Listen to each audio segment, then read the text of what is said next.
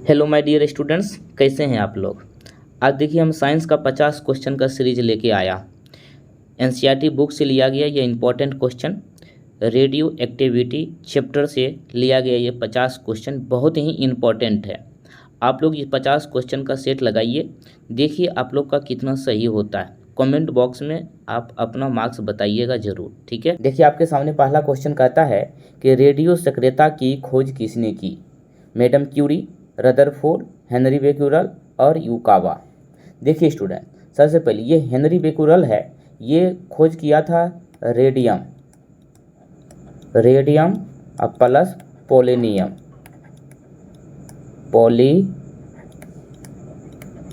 का, यानी पोलोनियम भी बोल सकते हैं आप। रदरफोर्ड जो है नाभिक न्यूक्लियस का खोज किया, फिर अल्फा और बीटा किरणों का खोज किया था। आपका आंसर हो जाएगा ऑप्शन नंबर सी, यानी हेनरी बेक्यूरेल। हेनरी बेक्यूरेल जो है 1896 ईस्वी में रेडियो सक्रियता की खोज की थी, ठीक है। तो आपका आंसर हो जाएगा ऑप्शन नंबर सी। चलिए अगला क्वेश्चन, क्वेश्चन नंबर सेकंड आपके सामने है कि रेडियो सक्रियता की यूनिट क्या है। इसकी यूनिट क्या है, जैसे कि हम कोई भी सामान खरीदते हैं तो उसका जैसे कि उसको मेजर करता है, जैसे टेम्परेचर का सेकेंड टेम्परेचर का आप क्या कहते हैं, समय का सेकेंड बोलते हैं, ज्योति तीव्रता का कैंडेला बोलते हैं। कोई भी उसका वेट होता है केजी में तो उसको हम केजी यूनिट लेते हैं ना। जैसे आपका त्वरण का मीटर प्रति सेकेंड स्क्वायर होता है, बल का न्यूटन होता है। उसी तरह से रेडियो सक्रियता का जो यूनिट है क्या होगा। आपके सामने एंगस्ट्रम, ये तो आपका करंट का हो जाता है, ये क्या है करंट का। कैंडेला ये होता है ज्योति तीव्रता का, ठीक है। फर्मी ये तो लंबाई होता है, इसका हो जाएगा क्यूरी, यानी ऑप्शन नंबर डी, ठीक है। तो रेडियो सक्रियता की यूनिट क्या होगी, क्यूरी। चलिए क्वेश्चन नंबर थर्ड लेते हैं। क्वेश्चन नंबर थर्ड कहता है कि रेडियो सक्रियता किसका गुण है। अब देखिए किसका गुण है, इलेक्ट्रॉन का नहीं, प्रोटॉन का ये भी नहीं होगा, परमाणु के नाभिक का। वेरी गुड, परमाणु के नाभिक का। तो रेडियो सक्रियता किसका गुण है, तो परमाणु के नाभिक का। तो आपका ऑप्शन नंबर हो जाएगा सी। चलिए क्वेश्चन नंबर 4 पर विचार करते हैं। रेडियो सक्रिय परिवर्तन में भाग लेते हैं। अब रेडियो सक्रियता परिवर्तन में कौन भाग लेता है। परमाणु के संयोजी इलेक्ट्रॉन बिल्कुल नहीं होगा, परमाणु के कोर इलेक्ट्रॉन ये भी नहीं होगा, परमाणु के नाभिक। तो वेरी गुड, अगर आप ऑप्शन सी आंसर कर रहे हैं तो आप सही हैं। और आप अपना क्वेश्चन भी देखते जाइए कितना सही हो रहा है, नोट करते जाइएगा। क्वेश्चन नंबर 5 देखिए, कहता किसी परमाणु के अस्थायी नाभिक में प्रोटॉन की संख्या होती है। वह भी अगर कोई परमाणु है वो अस्थायी है तो उसके नाभिक में प्रोटॉन की संख्या क्या हो सकती है ना। अगर मानिए ये नाभिक है, इसमें को क्या होता है, प्रोटॉन होता है, न्यूट्रॉन होता है, और इसकी बाहरी कक्षा में इलेक्ट्रॉन जो है घूमते रहता है चारों तरफ, बहुत सारा इसका ऑर्बिट होता है। कहता न्यूट्रॉन की संख्या के बराबर अगर कोई परमाणु अस्थाई है तो उसमें प्रोटॉन और न्यूट्रॉन क्या बराबर हो सकता है, न्यूट्रॉन की संख्या से अधिक। क्या प्रोटॉन की संख्या न्यूट्रॉन से ज़्यादा हो सकता है, ये कहता है प्रोटॉन जो है न्यूट्रॉन की संख्या के बराबर है। ये कहता है न्यूट्रॉन की संख्या से अधिक, यानी प्रोटॉन की संख्या न्यूट्रॉन से अधिक हो सकती है, न्यूट्रॉन की संख्या से कम, यानी प्रोटॉन की संख्या न्यूट्रॉन से कम हो सकती है, या इनमें से कोई नहीं। तो बताइए 5 नंबर का आंसर क्या होगा। तो 5 नंबर का आंसर अगर आप सी कर रहे हैं तो आप सही है, यानी अस्थायी परमाणु के नाभिक में प्रोटॉन की जो संख्या होती है वो न्यूट्रॉन की संख्या से हमेशा कम होती है, ठीक है। एनसीईआरटी क्वेश्चन है, बेस्ट एनसीईआरटी बुक से लिया गया क्वेश्चन। क्वेश्चन नंबर 6 पर विचार करते हैं। कहता है रेडियोधर्मी तत्व किसका उत्सर्जन करते हैं। कोई भी पदार्थ है, मान लीजिए एक कोई पदार्थ है, ठीक है, ये अगर रेडियो एक्टिव है, रेडियो एक्टिव पदार्थ है, ठीक है, ठीक है, पदार्थ है, तो इससे कौन सा किरण हमेशा अपने आप निकलते रहता है। आपको पता होना चाहिए कि रेडियो एक्टिव पदार्थ किसको कहा जाता है, मतलब जिसका परमाणु क्रमांक जो है 82 से अधिक होना चाहिए। जिसका परमाणु क्रमांक, वैसा पदार्थ जिसका परमाणु क्रमांक 82 से अधिक होना चाहिए, और उसके नाभिक जो है अस्थाई नहीं होना चाहिए। इसका जो नाभिक है अस्थाई नहीं होना चाहिए, ठीक है। और इससे हमेशा एक किरण निकलती है, किरण निकलते रहता है, उसको कहते हैं अल्फा, बीटा और गामा। तो कहता पराबैंगनी किरणें, बिल्कुल नहीं। अल्फा बीटा गामा किरणें, बिल्कुल। अगर आप बी ऑप्शन कर रहे हैं तो सही है। अवरक्त किरणें, बिल्कुल नहीं। रेडियो तरंगें, नहीं। तो रेडियोधर्मी जितना भी पदार्थ है उसके सतह से अनगिनत अल्फा बीटा गामा किरणें निकलते रहती है, और खुद ये अल्फा बीटा गामा किरण भी क्या है, रेडियो एक्टिव किरणें हैं। ठीक है, ये रेडियो एक्टिव पदार्थ है, और इससे जो किरण निकल रहा है वो रेडियो एक्टिव किरणें हैं। इसका खोज किया, अल्फा और बीटा किरणों का खोज किसने किया था? अल्फा और बीटा किरणों का खोज किया था रदरफोर्ड। और गामा किरणों का किया था बिलार्ड ना, किसने किया? बिलार्ड। और इसका किस? रदरफोर्ड। याद रख सकते हैं। चलिए अगला क्वेश्चन पे, एक ही क्वेश्चन पे ज़्यादा समय नहीं दे सकते हैं। क्वेश्चन नंबर 7 कहता है अल्फा और बीटा किरणों की खोज किसने किया? अभी जस्ट बताया मैंने कि अल्फा और बीटा किरणों की खोज रदरफोर्ड ने किया। अगर आप बी कर रहे हैं तो आप सही है। अब देखिए यहाँ पे आपका क्वेश्चन नंबर 7 में ये जो है ये बिलार्ड, ये किया था गामा किरणों का खोज। ठीक है, और आपका ये जे थॉमसन जो है ये किया था इलेक्ट्रॉन का खोज। ये जो आपका डाल्टन है, तो ये बताइए किसका खोज किया था। ठीक है, आपके लिए छोड़ दिया एक। क्वेश्चन नंबर 8 पे विचार करते हैं। क्वेश्चन नंबर 8 में कहता है कि गामा किरणों की खोज किसने किया? अभी जस्ट बताया मैंने कि गामा किरणों का खोज बिलार्ड ने किया था। ठीक है, जे थॉमसन इलेक्ट्रॉन का किया था। आप अपना आंसर भी नोट करते जाइए कितना आप सही है। 8 में अभी तक कितना सही किए हैं बताइए कमेंट बॉक्स में। क्वेश्चन नंबर 9 पे विचार करते हैं। गामा किरणें होती है, गामा किरणें कैसा होती है? इसका सिंबल तो ये है। तो क्या धन आवेशित? बिल्कुल नहीं। ऋण आवेशित? बिल्कुल नहीं। उदासीन? हाँ भाई, ये न्यूट्रॉन की तरह काम करता है, ये बिल्कुल उदासीन होता है। इसका भेदन क्षमता जो है ना, भेदन क्षमता बहुत अधिक होती है, बहुत अधिक होती है। ठीक है, इसका द्रव्यमान जो है यानी मास बहुत कम होती है। ठीक है, यानी नीचे का तीर दे दिए मतलब बहुत कम होती है, इसीलिए इसका गति भेदन क्षमता बहुत अधिक होता है। ठीक है, ये विद्युतीय क्षेत्र या चुंबकीय क्षेत्र में ये उससे डरता नहीं है, ये भेद करके आगे निकल जाता है। ठीक है, अगला क्वेश्चन देखिए 10 नंबर कहता अल्फा किरणें होती है। तो भाई ये आपका अल्फा किरणें, ये कहता धन आवेशित होती है या ऋण आवेशित होती है या उदासीन होती है या इनमें से कोई नहीं। तो अल्फा किरण जो है सबसे पहले याद रखिएगा ये प्रोटॉन की तरह काम करता है। प्रोटॉन पे क्या होता है? पॉजिटिव यानी धन आवेश। इसका मतलब इसका आंसर हो जाएगा ऑप्शन नंबर ए। और ऋण आवेश की बात करेंगे तो ये होता है बीटा किरणों पे। ठीक है, और उदासीन कौन होता है? गामा किरण। और ये क्या होता है? अल्फा किरणें। तो अल्फा किरणों का द्रव्यमान जो है, इसका जो मास होता है, मास अधिक होता है। क्या होता है? अधिक होता है, मतलब बहुत अधिक भी बोल सकते हैं। और इसका जो वेग होता है ना, इसका जो वेग होता है वो होता है, प्रकाश का जो वेग होता है 3 × 10⁸। तो इसको 10 से भाग दे देंगे तो 7 हो जाएगा। ठीक है, तो अल्फा किरणों का जो वेग होता है ना, प्रकाश के वेग का 1/10वां भाग होता है। तो इसका मतलब हम कह सकते हैं 3 × 10⁸ मीटर प्रति सेकेंड होता है। और ये जो है ना, ये हीलियम आयन की तरह काम करता है, हीलियम आयन की तरह काम करता है। तो इस पर हम 2+2+ कर सकते हैं। तो ध्यान रखिएगा, ये धन आवेशित होता है, अल्फा किरणें धन आवेशित होता है, लेकिन ये मुड़ेगा किधर? ये मुड़ेगा ऋण आवेश की तरफ मुड़ेगा, क्योंकि धन आवेश है, इस पर पॉजिटिव आयन है, इसलिए नेगेटिव की तरह मुड़ जाता है। ठीक है, इसका द्रव्यमान ज़्यादा होता है। हाइड्रोजन का जो द्रव्यमान होता है उसका 4 गुना होता है। इसका जो मास है, ये मास यहाँ लिख लेते हैं, हाइड्रोजन का जो मास होता है उसका ये 4 गुना होता है। 4 गुना कर दिए, मतलब अल्फा किरणों का जो द्रव्यमान होता है वो हाइड्रोजन के द्रव्यमान का 4 गुना होता है। हीलियम के आयन की तरह ये काम करता है। बहुत कुछ बता दिया मैंने, इसमें बताने का तो बहुत कुछ है। क्वेश्चन नंबर 11 पे विचार करते हैं। कहता बीटा किरणें होती है। अभी जस्ट मैंने बताया कि बीटा किरणें जो है ये इस पे होता है आपका ऋण आवेश। लेकिन मुड़ता किधर, ऐसे देखो मुड़ा दिए, ये धन आवेश की तरफ मुड़ जाता है।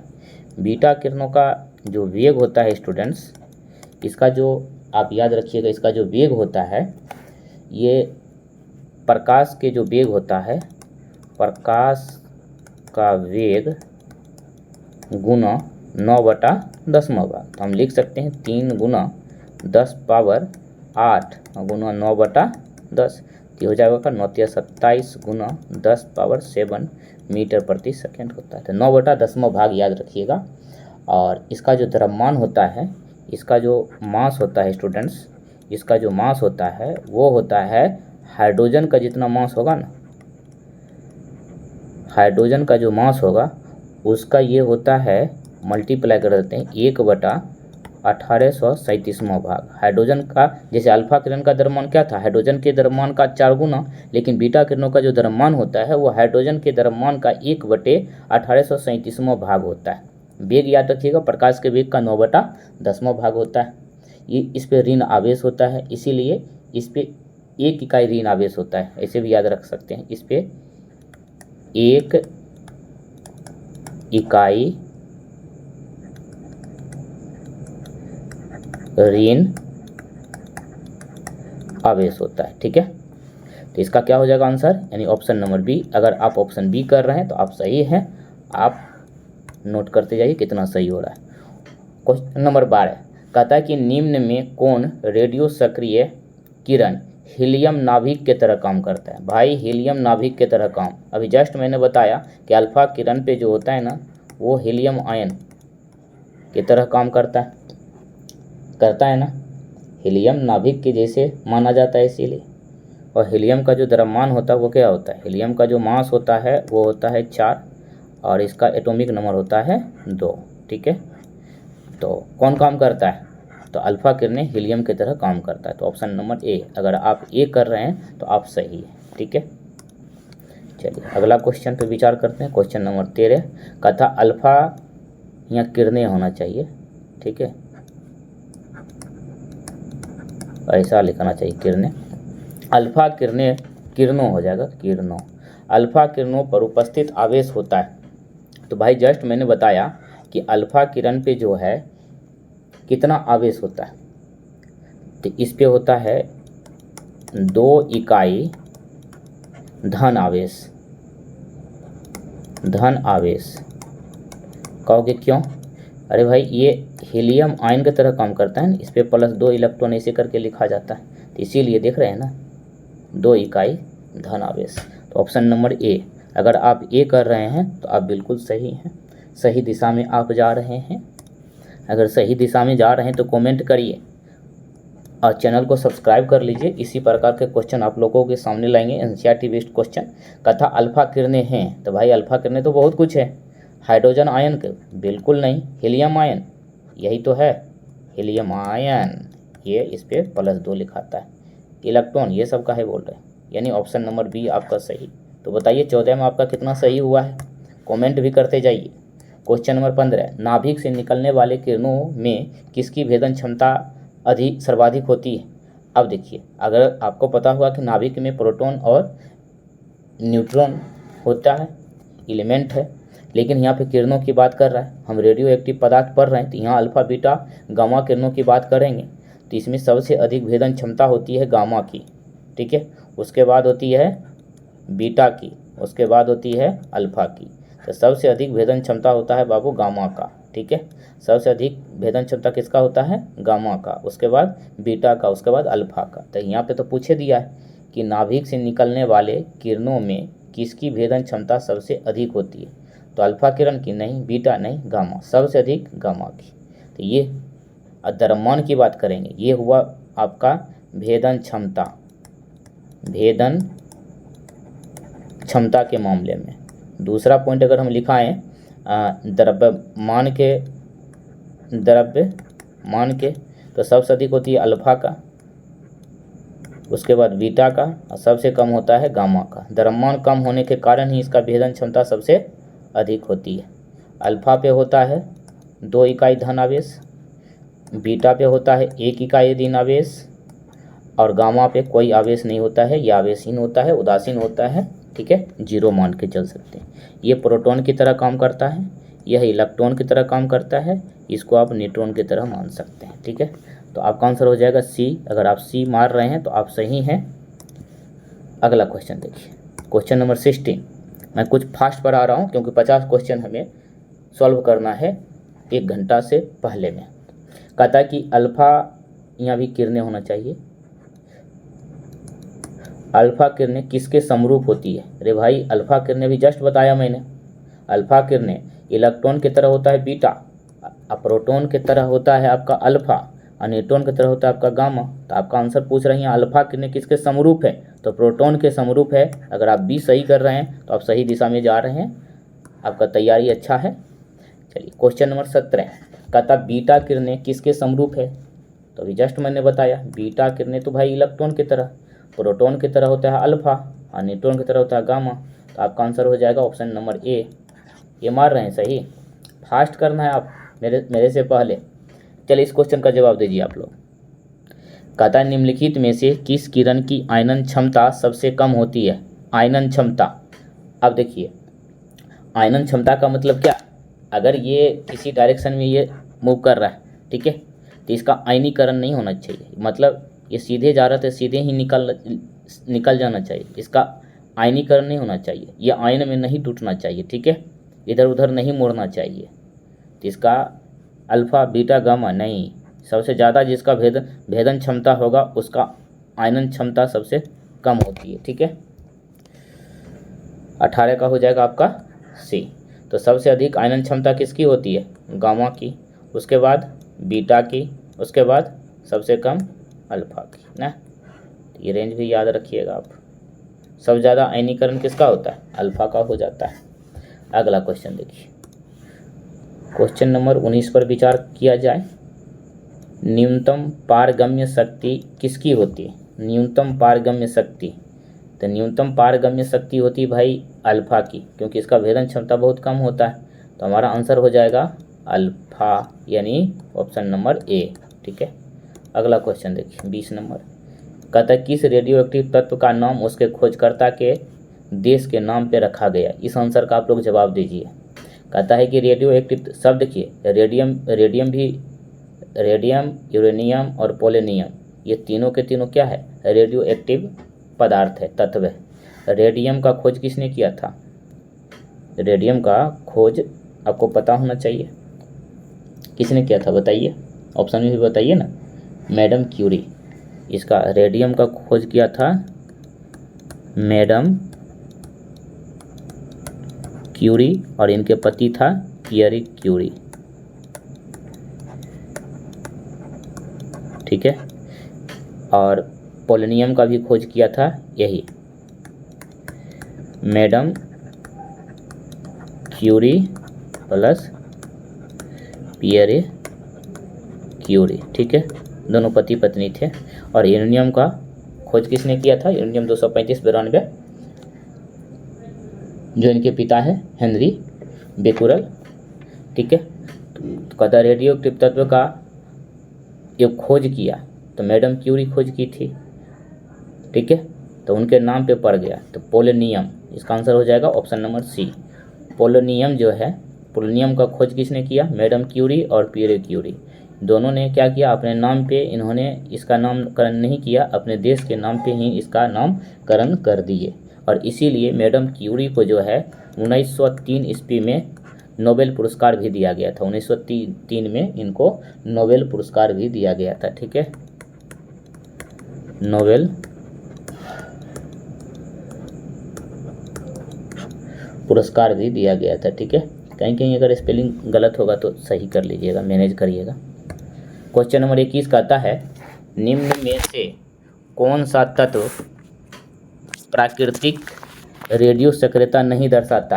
अरे भाई अब देखिए, थोरियम तो प्राकृतिक दिखाता है, ये प्राकृतिक रेडियो सक्रियता दिखाता है, यूरेनियम भी दिखाता है, पोलोनियम भी दिखाता है। ये तीनों के तीनों सब तो क्या है? रेडियो एक्टिव, रेडियो, देखिए थोड़ा गलती हो रहा है, 1 मिनट।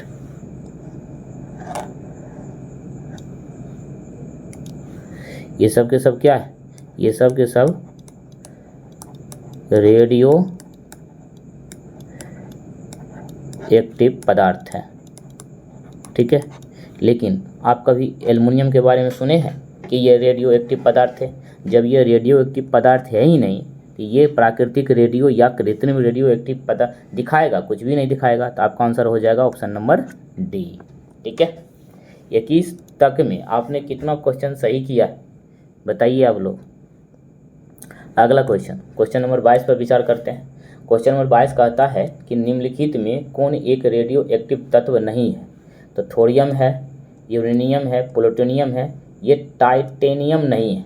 यानी ऑप्शन नंबर डी जो है टाइटेनियम, ये रेडियो एक्टिव पदार्थ है ही नहीं, ठीक है। तो इस प्रकार का क्वेश्चन एग्जाम में पूछता है, इस पर आपको थोड़ा ध्यान रखना पड़ेगा। 5-7 को तो रेडियो एक्टिव पदार्थ है, उसको याद कर लीजिएगा। ऑप्शन देगा खटाक से मार देना, क्या छोड़ना नहीं इस बार। कहता है कि भारत ने अपने पहले परमाणु उपकरण का परीक्षण कहाँ किया था? भारत की बात कर रहा है। भारत ने अपने पहले परमाणु उपकरण का परीक्षण कहाँ किया? तारापुर, पोखरण, कल्पक्कम, श्रीहरिकोटा। चारों ऑप्शन इस प्रकार से दिया है कि फंसा लिया गया है ना, बड़ी दिक्कत हो सकता है, इसलिए सोच समझ के इसका आप आंसर दीजिएगा। देखिए 1947 की बात है। राजस्थान में एक जगह है, ठीक है। राजस्थान में एक जगह है, वहीं पे इसका परीक्षण किया गया था। तो ये आपका हो जाएगा पोखरण। क्या हो जाएगा आपका? पोखरण, ठीक है। आपको पता था क्या? आपको अगर पता है तो बताइए। जैसलमेर एक मतलब जिला है, कभी कभी जो है ना पोखरण है, जैसलमेर यानी राजस्थान एक राज्य है और इसका जो जिला है ना, एक जिला है डिस्ट्रिक्ट, वो जिला का नाम है जैसलमेर।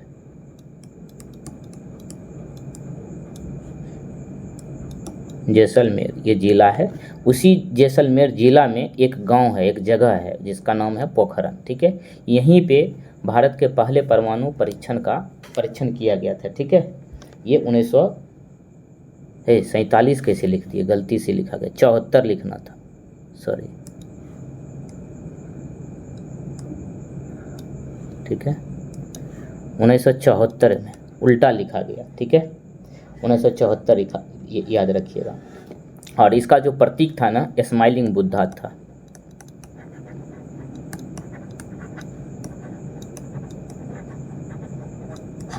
स्माइलिंग बुद्धा, ठीक है। अगला क्वेश्चन देखिए 24 नंबर।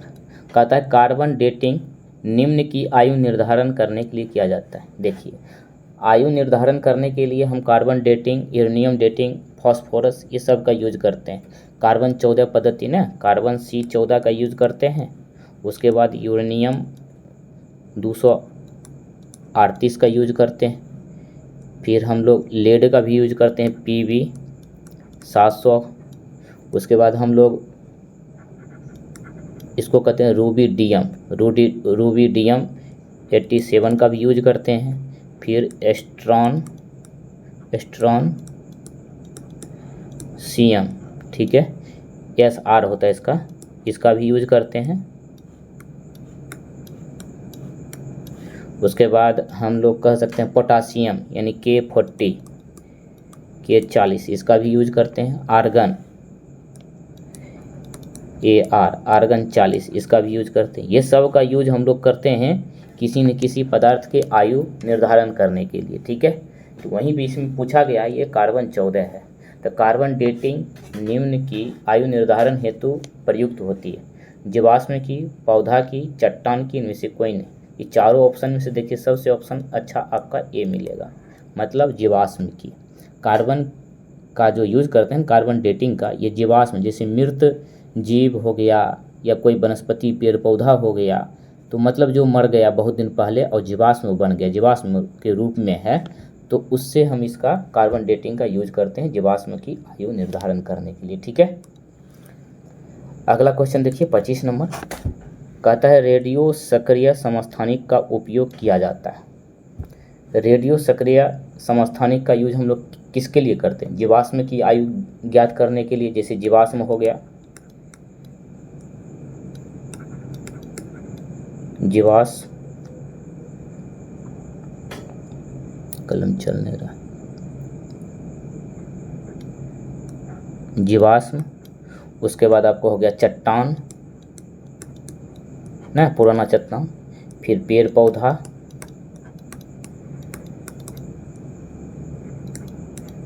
ठीक है, ये सब का, लेकिन ये सब मरा हुआ, ठीक है, ये सब मरा होना चाहिए। ये सब का आयु निर्धारण करने के लिए हम लोग किसका यूज करते हैं? ये रेडियो सक्रिय समस्थानिक का। तो देखिए मिर्च नहीं होना चाहिए, मृत होना चाहिए, गलत है। मृत पेड़ पौधे की आयु ज्ञात करने के लिए सही है। जानवरों तथा पत्थर के पुराने नमूनों का आयु ज्ञात करने के लिए भी सही है भाई, दो सही। ऑप्शन नंबर सी हो जाएगा इसका आंसर, ठीक है, ऑप्शन नंबर सी। तो रेडियो सक्रिय समस्थानिक का यूज किया जाता है। अगला क्वेश्चन देखिए, क्वेश्चन नंबर 26 कहता है पृथ्वी की आयु का आकलन किया जाता है। अब पृथ्वी की बात कर रहा है, पृथ्वी का आयु अगर हमें ज्ञात करना है कि ये कितना साल पहले पृथ्वी आया, फिर आप किताब में पढ़ते हैं ना, तो कहता है ना कितना लाख कितना करोड़ साल पहले आया है, तो इसका आयु निर्धारण किया गया था, यही रेडियो सक्रिय समस्थानिक का यूज करके। तो कहता है यूरेनियम डेटिंग से, कार्बन डेटिंग से, या दोनों से। तो पृथ्वी का जो है हम लोग आयु ज्ञात करते हैं। इस क्वेश्चन में आप लोग को कन्फ्यूजन बिल्कुल हो रहा होगा कि भाई यूरेनियम मारे कि कार्बन मारे कि दोनों मारे, है कि नहीं? तो बताइए, कन्फर्म बताइए। तो देखिए पृथ्वी हो या चट्टान हो, जब भी आए तो आप यूरेनियम मारिएगा। पृथ्वी अब प्लस चट्टान आए तो आप लोग यूरेनियम मारिएगा, ठीक है। और जीवाश्म की बात करेगा ना, मृत पेड़ पौधा की बात करेगा, तब कार्बन डेटिंग मारिएगा, ठीक है। अगला क्वेश्चन देखिए, कहीं आएगा तो कन्फ्यूजन दूर होगा। रेडियो कार्बन काल निर्धारण किसकी आयु आकलन करने के लिए किया जाता है? तो अब देखिएगा, कहता है कि सॉइल का, बिल्कुल नहीं। स्मारक का, बिल्कुल नहीं। चट्टान और जीवाश्म है।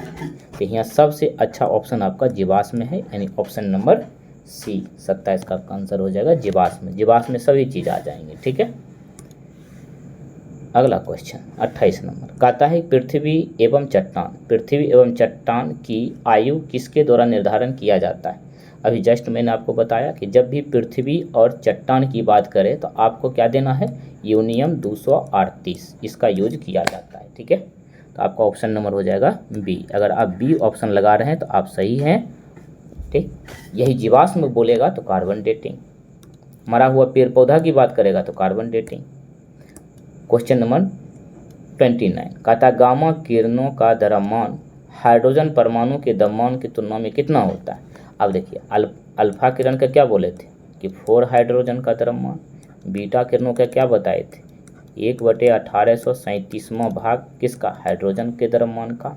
और गामा किरणों का जो द्रव्यमान होता है ना, ये नगण्य होता है, ये नगण्य होता है, बहुत कम होता है हाइड्रोजन परमाणु के रिस्पेक्टली।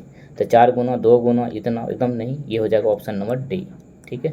नगण्य रहेगा ऑप्शन में, यानी बहुत कम।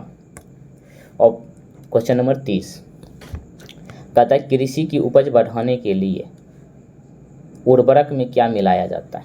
जितना भी हम लोग NPK उर्वरक यूज करते हैं, और भी प्रकार के खाद्य हैं जिसका यूज करते हैं खेतों में, फसल मतलब ज़्यादा से ज़्यादा हो, गेहूँ, चावल, मक्का ना, सरसों, मूंग, जो भी हो, तो हम खाद में कुछ मिलाते हैं तो रेडियो एक्टिव पदार्थ मिलाते हैं, उसका क्या नाम है? कहता है रेडियो सक्रिय फास्फोरस, रेडियो सक्रिय कैल्शियम, रेडियो सक्रिय मैग्नीशियम, इनमें से कोई नहीं। तो अगर आप ए मार रहे हैं ऑप्शन, आप तो सही है, ठीक है। तो कृषि की उपज बढ़ाने के लिए किसका यूज करते हैं? खाद में क्या मिलाते हैं उर्वरक में? तो रेडियो सक्रिय फास्फोरस मिलाते हैं, पी मिलाते हैं, ठीक है। आगे क्वेश्चन देखते हैं 31 कहता है कि रेडियो सक्रिय समस्थानिकों के अर्ध आयु काल ज्ञात करने के लिए, रेडियो सक्रिय समस्थानिकों का अर्ध आयु काल क्या होता है? कोई भी रेडियो सक्रिय समस्थानिक है, उसका अर्ध आयु काल क्या होता है? अर्ध आयु काल का मतलब समझ रहे हैं?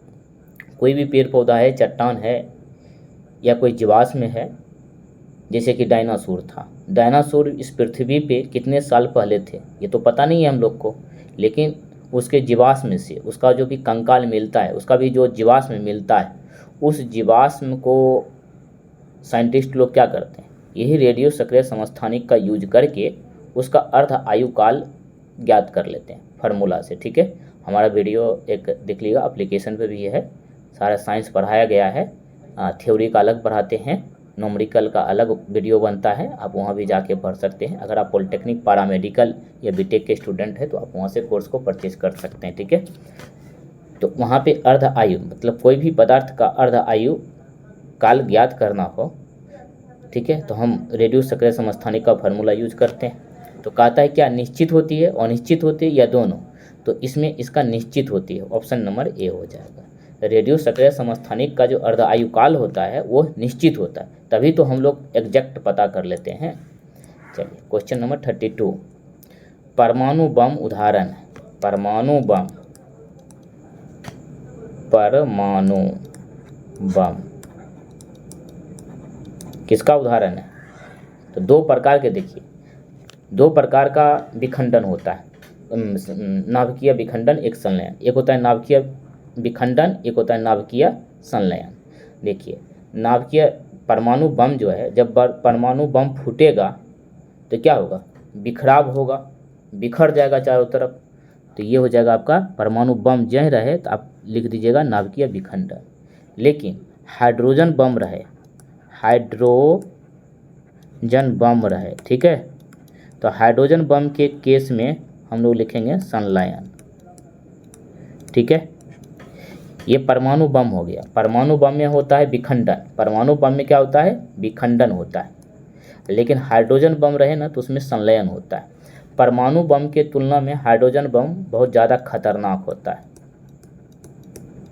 ठीक है, याद रखिएगा, परमाणु बम के तुलना में हाइड्रोजन बम बहुत खतरनाक होता है। क्यों? क्योंकि इसमें नाभिकीय संलयन होता है, और नाभिकीय संलयन में होता क्या है कि दो हल्के नाभिक, ठीक है, जुड़ के एक बड़ा सा नाभिक का निर्माण करता है। ठीक है, नाभिक का निर्माण करता है। ठीक, याद रखना, हाइड्रोजन बम जो है नाभिकीय संलयन का उदाहरण है। ये बहुत खतरनाक होता है परमाणु बम के तुलना में, क्योंकि इसमें दो हल्के नाभिक जो है मिल के एक बड़ा नाभिक का निर्माण करता है। लेकिन परमाणु बम में नाभिकीय विखंडन में ऐसा कुछ नहीं होता है। उसमें क्या होता है, एक बड़ा नाभिक टूट के दो हल्के हल्के नाभिक का निर्माण करता है, और ये श्रृंखला जो है नाभिकीय विखंडन अनियंत्रित होता है, मतलब ये टूटते चला जाता है। मतलब ये बड़ा सा नाभिक है, ये टूट जाएगा दो भागों में ऐसे, फिर क्या होगा, ये दो भागों में टूटेगा। ठीक है, इस तरह, फिर इससे दो निकलेगा। इस तरह से ये श्रृंखला इतना बड़ा हो जाता है, तो इसको कहते हैं अनियंत्रित, मतलब इसको नियंत्रण करना बस में नहीं होता। तो इसीलिए परमाणु बम कहीं भी इसका इस्तेमाल देश नहीं करता है एक दूसरे देश पे। ठीक है, क्योंकि बहुत खतरनाक होता है। तो बताइए परमाणु बम कितना खतरनाक है? उससे भी ज़्यादा खतरनाक होता है हाइड्रोजन बम। ये क्या कर सकता है? परमाणु बम का यूज हुआ था कहाँ पे, ये जापान में हुआ था, जो कि अमेरिका किया था। एक लिटिल बॉय और फैट मैन का यूज 1945 की ही बात है, तब से अभी तक हुआ नहीं है, काश हो भी ना। क्वेश्चन नंबर 33 का था हाइड्रोजन बम उदाहरण है। तो हाइड्रोजन बम अभी जस्ट बताया कि परमाणु बम है उदाहरण ना, ये परमाणु बम का उदाहरण है, ये परमाणु बम का उदाहरण है। ठीक है, कौन? नाभिकीय विखंडन। और नाभिकीय संलयन जो है ये है आपका हाइड्रोजन बम का उदाहरण है। ठीक है, चलिए अगला क्वेश्चन, यानी ऑप्शन नंबर बी हो जाएगा इसका आंसर। क्वेश्चन नंबर 34, नाभिक, यहाँ क्या होना चाहिए था, नाभिक के विखंडन की अभिक्रिया क्या होती है, नियंत्रित होती है और अनियंत्रित होती है? अब देखो, नाभिकीय विखंडन की अभिक्रिया जो होती है ना अनियंत्रित होती है, याद रखना ऑप्शन नंबर बी। लेकिन यही नाभिकीय विखंडन की अभिक्रिया परमाणु रिएक्टर में होगा, यानी नाभिकीय रिएक्टर में, तब नियंत्रित हो जाएगा। अगर खुला वातावरण है, यानी खुला वातावरण है, खुला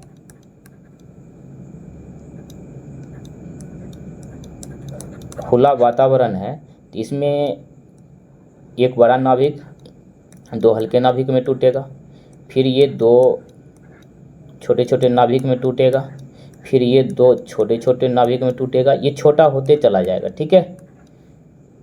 फिर ये जितना बड़ा ये था ना उससे 2 ये उससे भी छोटा ये दोनों होगा, इससे भी छोटा ये दोनों होगा, मतलब ये बढ़ते चला जाएगा इस तरह से। देख रहे हैं ना ये कितना जाल बना रहा है, कितना दूर ये ले रहा है। इसीलिए बोल रहे हैं कि परमाणु बम का यूज जो है जल्दी नहीं करना चाहिए। हम क्या बोलेंगे, नहीं करना चाहिए तो कंट्री करता है। इस तरह से देखो बढ़ते चला जाएगा, इसलिए इसको कहते हैं अनियंत्रित, ठीक है। खुला वातावरण की बात करें तो नाभिकीय रिएक्टर में नाभिकीय विखंडन की अभिक्रिया कैसी होती है। तो आप बनिए एक बॉक्स है, ये बॉक्स के अंदर में, इस बॉक्स के अंदर में ये मशीन है, इस बॉक्स के अंदर में अगर विखंडन होता है तो जो भी विखंडन होगा इसके अंदर में ही होगा ना ध्वस्त। तो ये क्या होगा, बाहर आएगा, बाहर तो आएगा नहीं क्योंकि बंद है। परमाणु रिएक्टर क्या है, एक भट्ठी है, उस भट्ठी में क्या होता है, बिजली का उत्पादन होता है। किसका, बिजली का। तो खुला में अगर बिजली उत्पादन करेगा तो सब तो आदमी मर जाएगा, सब चीज़ ध्वस्त हो जाएगा ना। इसीलिए एक मशीन बनाया गया, एक भट्ठी बनाया गया, इस भट्ठी का नाम रखा गया नाभिकीय रिएक्टर, ठीक है। परमाणु रिएक्टर, परमाणु भट्ठी जो भी कह सकते हैं। इस भट्ठी के अंदर में क्या होता है, यूरेनियम हो गया, थोरियम हो गया, पोलोनियम हो गया, जो भी रेडियो एक्टिव पदार्थ है उस पर न्यूट्रॉन का प्रहार करके, ठीक है, यूरेनियम फ्यूल के रूप में काम करता है। इसका बिजली उत्पादन होता है परमाणु रिएक्टर से। तो ये बंद बॉक्स में होता है तो कैसा होगा, बाहर निकलेगा, निकलेगा ही नहीं। तो मतलब एक छोटे से ही जगह में रह जाएगा, इसीलिए इसको कहते हैं नियंत्रित। खुला वातावरण में नाभिकीय विखंडन क्या होता है, अनियंत्रित। लेकिन नाभिकीय रिएक्टर के अंदर जब होगा तो ये क्या हो जाएगा, नियंत्रित, ठीक है।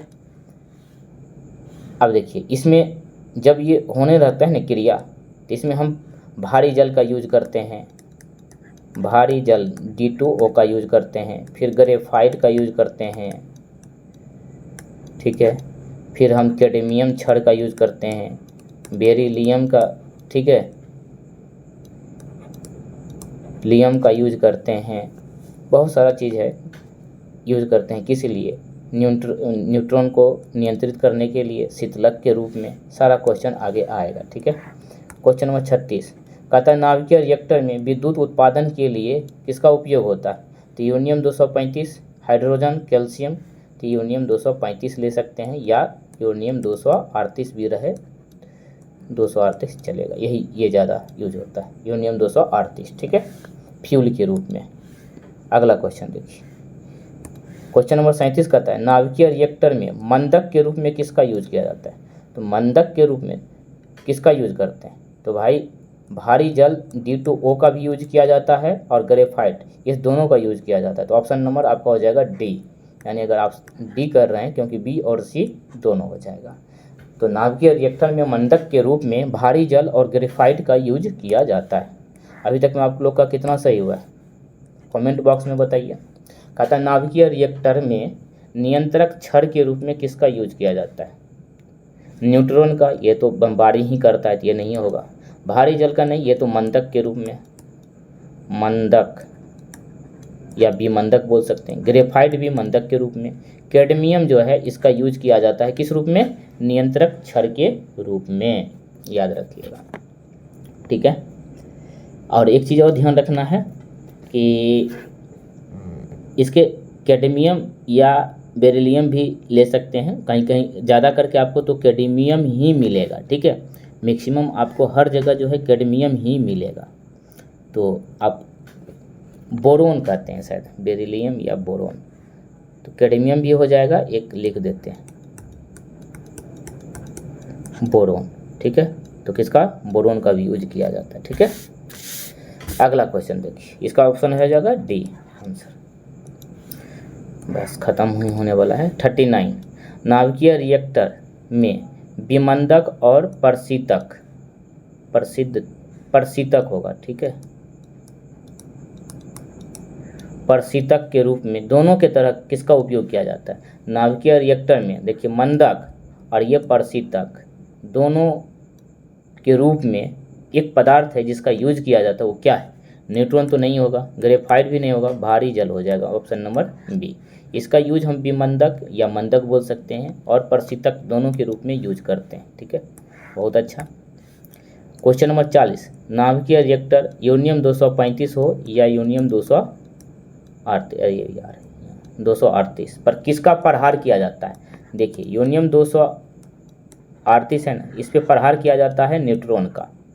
जब इस पे प्रहार करेंगे तो ये टूटेगा दो अलग अलग छोटे नाभिक में और फिर ये टूटते चला जाएगा। एक बार न्यूट्रॉन प्रहार करता है ना, उसके बाद इससे न्यूट्रॉन निकलना शुरू हो जाता है और ये निकलते चला जाता है। तब हम लोग भारी जल का, ग्रेफाइट का, बोरोन का, कैडमियम का यूज करके इसको शांत करते हैं। तो न्यूट्रॉन का यानी ऑप्शन नंबर ए हो जाएगा आपका, न्यूट्रॉन का प्रहार किया जाता है। क्वेश्चन नंबर 21, रेडियोधर्मिता मापी जाती है।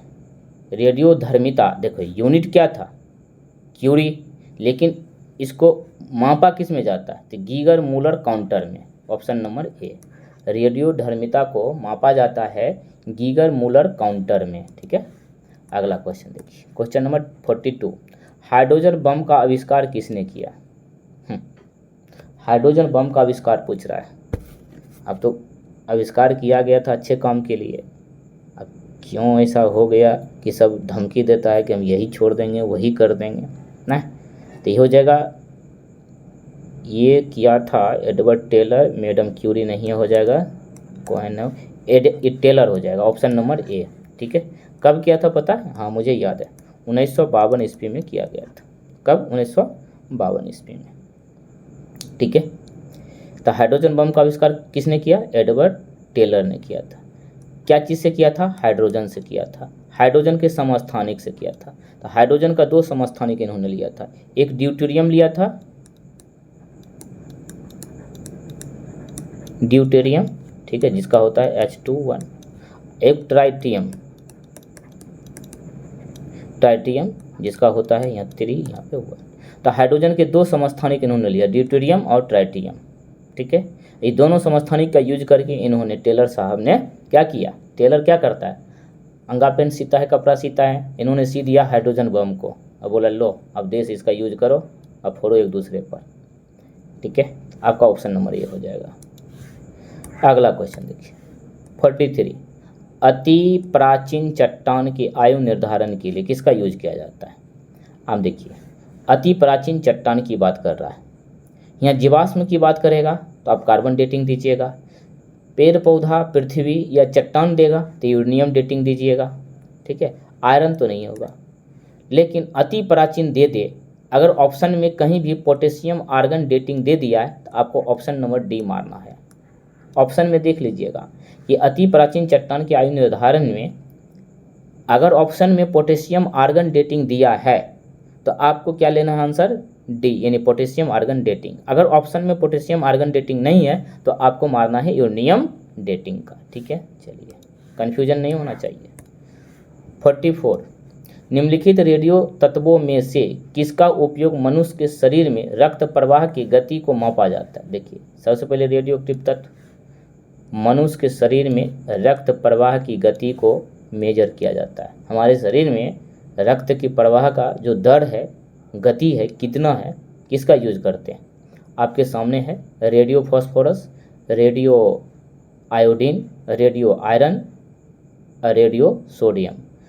आप लोग देखिए क्वेश्चन में जो भी ऑप्शन दिया रहे ना, उसमें इलिमेट करने की भी कोशिश करिए। सबसे पहले आयरन वाला पार्ट और ये वाला तो कट जाएगा, आप फंसिएगा कहाँ? यहाँ फॉस्फोरस और सोडियम में। ठीक है, तो यहाँ पे है फॉस्फोरस, थोड़ा खतरनाक भी होता है, यहाँ से भी बच सकते हैं। हम लोग किसको मारेंगे? Option number D. अगर आप डी ऑप्शन ले रहे हैं तो आप सही हैं। 44 तक हो चुका है 50 क्वेश्चन में, आपके सामने 6 क्वेश्चन और हैं। ठीक, 45 नंबर क्वेश्चन में कहता है सबसे अधिक ऊष्मा उत्सर्जित करता है नाभिकीय संलयन में, नाभिकीय विखंडन में, प्रकाश संश्लेषण में। प्रकाश संश्लेषण में ऊष्मा तो निकलता है, लेकिन उतना भी नहीं निकलता है, नहीं तो बर्बादे हो जाएंगे। तो ये हो जाएगा आपका ऑप्शन नंबर ए, यानी नाभिकीय संलयन में। अभी जस्ट बताया कि नाभिकीय संलयन में क्या होता है जानते हैं? एक हाइड्रोजन जो है, मतलब 2 हाइड्रोजन मिल के एक हीलियम का निर्माण करता है। ठीक है, तो 2 हल्के नाभिक जो है मिल के एक बड़ा नाभिक का निर्माण कर देता है। लेकिन नाभिकीय विखंडन में क्या होता है, नाभिकीय विखंडन में एक बड़ा सा नाभिक दो अलग अलग भागों में टूट जाता है। तो ये हुआ संलयन।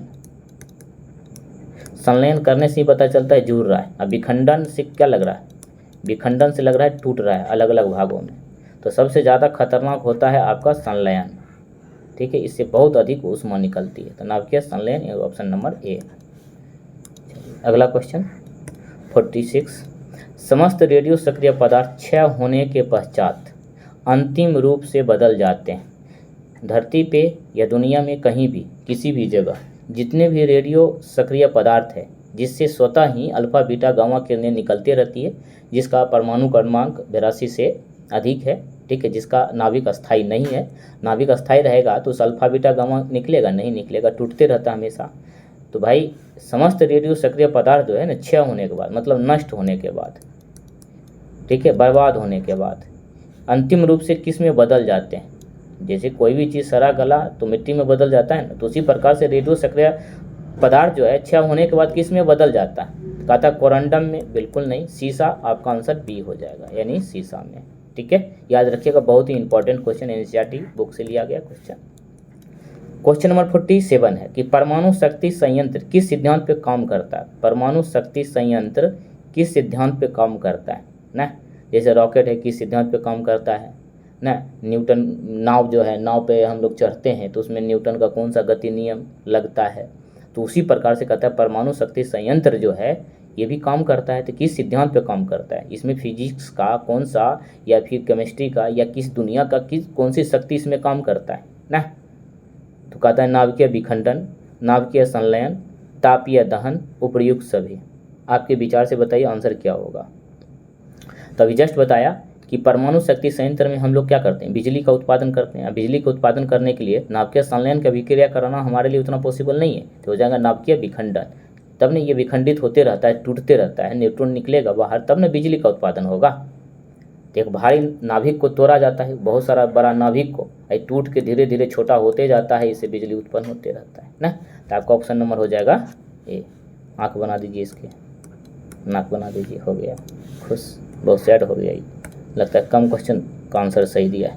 कहता है 1903 में मैडम क्यूरी को नोबेल पुरस्कार किस रेडियो सक्रिय तत्व की खोज के लिए दिया गया था। वाह, यूरेनियम का खोज तो इन्होंने नहीं किया, रेडियम तथा पोलोनियम पति और पत्नी दोनों मिलकर किए थे, और इसीलिए इनको 1903 ईस्वी में, कभी कभी ईस्वी भी पूछ लेता है, याद रखिएगा, 1903 में मैडम क्यूरी को नोबेल पुरस्कार दिया गया था। किस लिए दिया गया था, इन्होंने रेडियो सक्रिय तत्व का खोज किया। उसका नाम क्या था, रेडियम और पोलोनियम, और पोलोनियम का नाम उनके देश के नाम पे रखा गया था। अगला क्वेश्चन 49, दुनिया का पहला परमाणु बम बनाने का मिशन था। वाह, बहुत बढ़िया क्वेश्चन, ठीक है। 49 पूछा गया है। देखिए बात 1942 की है, बात 1942 की है, ठीक है। और 1942 ईस्वी में ओपनहीमर को इसका प्रमुख बना दिया गया था। क्या बना दिया गया था, प्रमुख बना दिया गया, ठीक है, प्रमुख बना दिया गया था। याद नहीं रखना है किसको प्रमुख बनाया है, बात लेकिन 1942 की है, ठीक है। और जो परमाणु बम बनाया गया था, मिशन था ये, परमाणु बम बनाने का ये मिशन था, इसका नाम था मैनहट्टन प्रोजेक्ट। क्या नाम था, मैनहट्टन प्रोजेक्ट। कहीं है ऑप्शन, मैनहट्टन प्रोजेक्ट, यही ऑप्शन नंबर ए, ठीक है। स्माइलिंग बुद्धा तो भाई भारत में जो है 1974 ईस्वी में पोखरण में ना परमाणु परीक्षण हुआ था, ये अपना भारत की बात है। स्माइलिंग बुद्धा उसका एक प्रतीक चिन्ह था, ठीक है। तो मैनहट्टन प्रोजेक्ट है दुनिया का पहला परमाणु बम बनाने का मिशन 1942 में। और 1945 में एक बम गिरा दिया जापान पे ना। अगला क्वेश्चन देखिए, हिरोशिमा नागासाकी पे लास्ट क्वेश्चन है, इसका आंसर आप लोग गलत नहीं कीजिएगा। लास्ट क्वेश्चन अगर सही हो जाए तो मन खुश हो जाता है, बीच में कुछ भी हुआ हो ना। सारा मैच हार दीजिए, अगर फाइनल मैच जीत जाइए तो सब चीज़ छिप जाता है। ज़िंदगी भर आप बदमाशी करिए, एग्जाम में अच्छा नंबर ले आइए तो पापा मम्मी खुश हो जाते हैं, दोस्त यार भी। कहता है रेडियम किस खनिज से प्राप्त किया जाता है? रेडियम किस खनिज से प्राप्त किया जाता है? हेमेटाइट से, ये भी होता क्या दे दिया, चूना पत्थर से, ये भी नहीं होगा। Pitchblende, option number C आपका सही है ना। तो हम लोगों ने कुल 1 से लेके 50 तक क्वेश्चन का सॉल्यूशन देखा, आंसर देखा, बीच बीच में हर तरह के उतार चढ़ाव भी देखिए। आप लोग का कितना नंबर आया है इस 50 में, इसको नीचे लिखिएगा। ऊपर में कितना आया, या फिर आपको कितना आया है डायरेक्ट भी लिख सकते हैं। 40 आया है, या 40 प्लस आया है, या 50 बच्चे 50 आया है, देख लीजिए। अगर 40 आपका आ रहा है तो समझ जाइए आपका तैयारी बहुत अच्छा है, क्योंकि एक ही चैप्टर से लिया गया ये क्वेश्चन था, रेडियो एक्टिव पदार्थ से। ठीक है, केमिस्ट्री की दुनिया में हम लोग आ चुके हैं, अभी कुछ दिन तक चलेगा यही। तो कुल मिला के 50 क्वेश्चन था। ये पीडीएफ है, ये पीडीएफ भी आपको मिल जाएगा। ठीक है, इसको हम देखिए पीडीएफ भी बना लेते हैं, इसको पीडीएफ फॉर्म में कन्वर्ट कर लेते हैं, सारे चीज़ को पीडीएफ ऑल पेज। ठीक, बन गया पीडीएफ। ठीक है, पीडीएफ सेव हो गया।